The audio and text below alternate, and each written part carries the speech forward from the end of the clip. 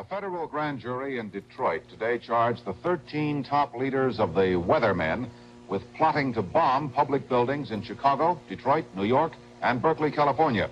The Weathermen are the militant faction of the Students for a Democratic Society. Only one of the 13 is now in custody. Oh, those days don't come back, do they? Good times. There's no way to be committed to nonviolence in the middle of the most violent society that history's ever created. I'm not committed to nonviolence in any way.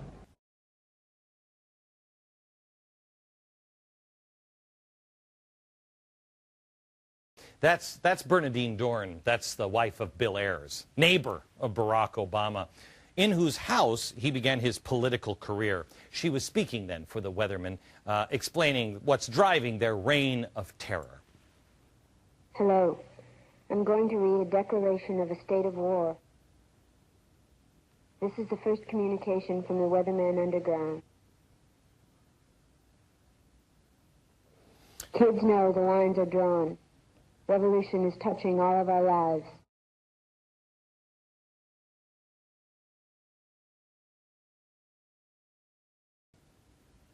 Within the next 14 days, we will attack a symbol or institution of American injustice. Doesn't that sound like the disembodied voices that you're hearing now on the internet? That violent, anti-capitalist, anti-wealth, anti-American movement bears no resemblance to what we're seeing here today on Wall Street, right? Nothing at all. Bricks got built out, we got sold out. Bricks got built out, we got sold out. Bricks got built out, we got sold out. Bricks got built out. Unfortunately, it is the same. Well, so far we haven't seen the same level of violence yet. It is the same mentality, the same anti-corporate, anti-capitalist, anti-American, socialist, communist attitude that is permeating these protests today. Worse yet, it's exactly the same people in charge of it. The radicals who instigated the chaos of the 1960s have grown up and wised up, and they are ready for yet another attempt at a full-scale revolution in America. This is their swan song, guys. Think of all the Marxist revolutionaries we have shown you in the last year. You know all the Marxist revolutionaries? We've put them together. When you see it this way, it is positively breathtaking. Look at how many revolutionaries we've found. I think when you spread the wealth around, it's good for everybody. And that any health care funding plan that is just, equitable, civilized, and humane must redistribute wealth from the richer among us to the poor and the less fortunate. Excellent health care is by definition redistributional. Are you then calling for the redistribution of wealth in society? Absolutely, without any hesitation. That's what the gospel is all about. And then the third lesson and tip actually come from two of my favorite political philosophers, Mao Zedong and Mother Teresa, not often coupled with each other, but the two people that I turn to most. Generally speaking, we get the joke. We know that the free market is nonsense.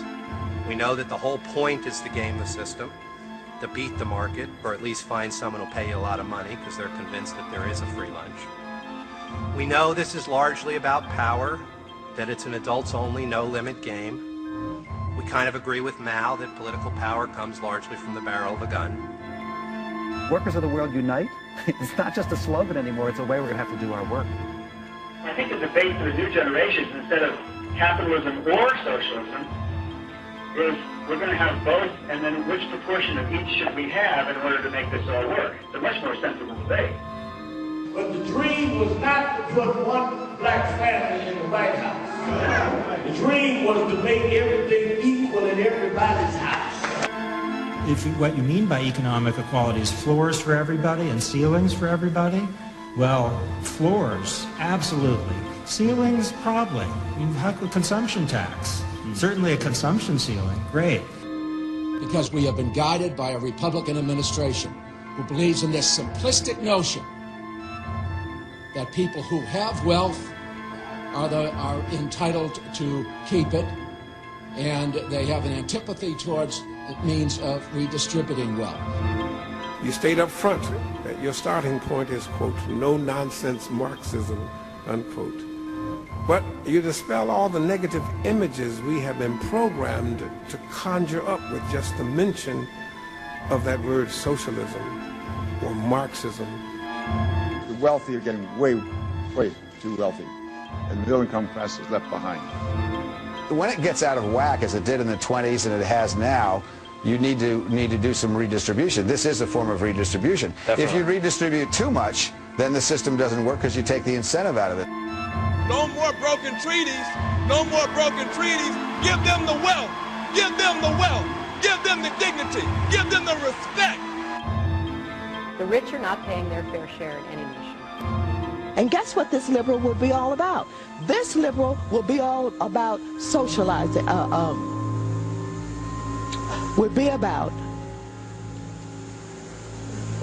basically taking over and the government running all of your companies. You have to end it with Maxine Waters. Is that stunning when you see it that way? Things in America have not progressed to this stage yet, but it's beginning. It's happening now in Wall Street and about 8 other cities: Los Angeles, Washington, D.C., Tulsa. Anywhere else these protesters have popped up, they'll continue to pop up. Not all of the elements that are there are radicals, but all of the elements from the 1960s are there. Radicals, socialists, communists, and anarchists. Communist agitator Noam Chomsky, and radical activist professors Cornel West, Francis Fox Piven, who was inspired by the Watts riots. They've all shown up to spur the crowds on. This is a tinderbox. All it needs is a spark. And working behind the scenes, the old familiar communist, anarchist terrorists from the Weather Underground, Bill Ayers and Bernardine Dohrn. They were over in the Middle East, and now they're concentrating here. They're older, more experienced, maybe a little more dangerous because of it. After all, unlike in the 1960s, this time, they have friends who start campaigns and then end up in very, very high places.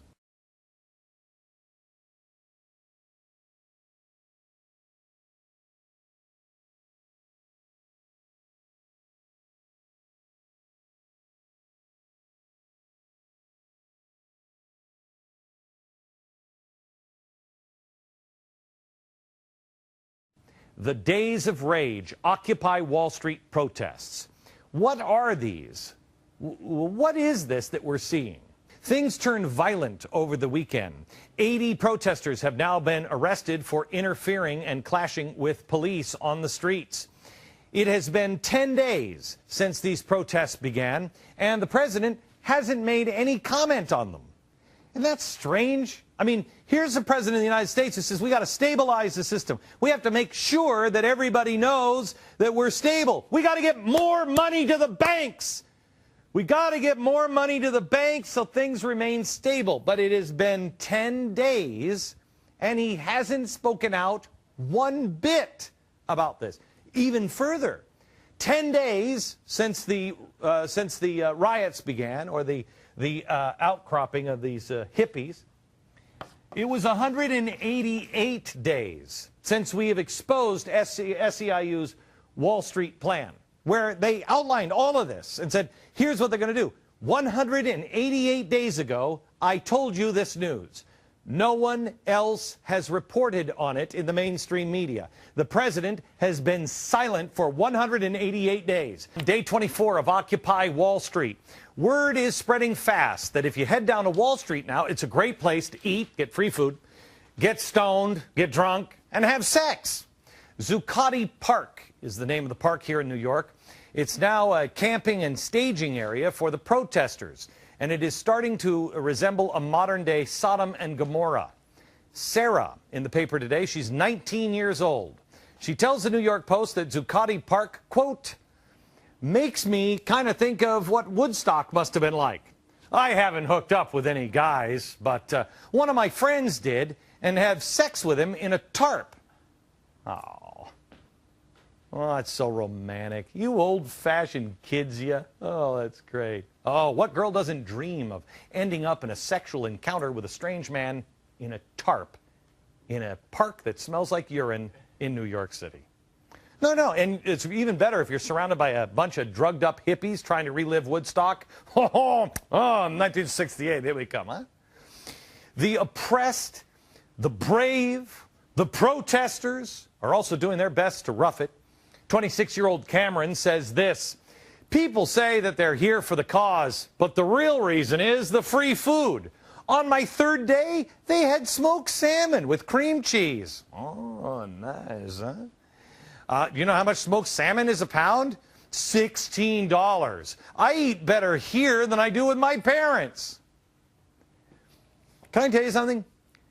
I put on large events. I've done it. I did it in Israel. I did it in Washington, D.C. We could barely afford water. Who's paying for the salmon? Now, the interviews of the neighbors reveal that they've had enough. One lady who works down the street said, you know what, we work hard too, and we don't defecate in the park and live like animals. I was going to say neither do these people, but yes, they do. Businesses are complaining that people are constantly coming in to use the bathrooms without buying anything. So the question is now, why don't they just shut it down? Wouldn't that be great? I never thought of that. If they could just create enough chaos, let me see if I can remember this from that crazy guy on Fox. If they could just create enough chaos on the streets, then the people would scream out and ask the government to stop it. So it'd be bottom up, top down, and it would turn everything inside out. I remember that now. That'll never happen. That guy was crazy. Whatever happened to him? The company that owns Zuccotti Park, this park, the mayor says he can't shut it down. But the company that owns this park is Brookfield Office Properties. It's part of the group Brookfield Asset Management, Inc. It's worth about $150 billion. A corporation. Now, Mayor Bloomberg says, there's nothing I can do about it. I mean, I could barely remove the snow from the streets. How could I possibly get these guys out of the park? Because you know what's crazy? They'd have to ask for us to remove it because it's a private park owned by this corporation. Here's the deal. Mayor Bloomberg's longtime girlfriend is on the board of directors. He might have an in. Maybe they could go to a tarp and hook up. Brookfield also has Renewable Power subsidiary. It just received $138 million in federal loan guarantees. And you'll never guess when they got that. Just a couple of days after this started in their park. Oh, and Brookfield also just happens to be, and I know this is a coincidence, they hired a few years ago a lobbying firm, the firm of Oldacre, Biden, and Belay. Biden. Oh my gosh, that's the son of Vice President Joe Biden. What are the odds? It's a small world after all. See how we're all connected? Kevin Bacon right now is freaking out. But let's go back to the crowds. Yes, many are there just for the food and the chicks and the tarps. Many are there willing to sell their souls for a romp in that said tarp. But not everyone. Oh, look, the Goldman Sachs CEO with his head on a pike. Oh, don't you love it when that happens? Oh, I've seen this kind of rhetoric before. It's from the 1970s. Yeah, I think the rhetoric that I've heard like that before went something like this. The king must die in order that the nation must live. Yeah, Robespierre. Yeah, he was the one that just started pulling people, and they ended up just killing children even in the gallows. Oh, those were the days, huh? And look at him. He looks so stuffy and so handsome. Oh, I wonder if he has a tarp, ladies, huh? A few years ago, I think it was about 2005, maybe, I was interviewing candidates and politicians, and I started telling them, you know what, guys? If you continue to disenfranchise the people, they're going to come for you with pitchforks and torches. Yeah. That's what the lefts tried to say that the Tea Party was all about, pitchforks and torches. They actually just came armed with their vote and their voices and their lawn chairs. These people in the parks are out for blood. And that is where it will all end again, in blood.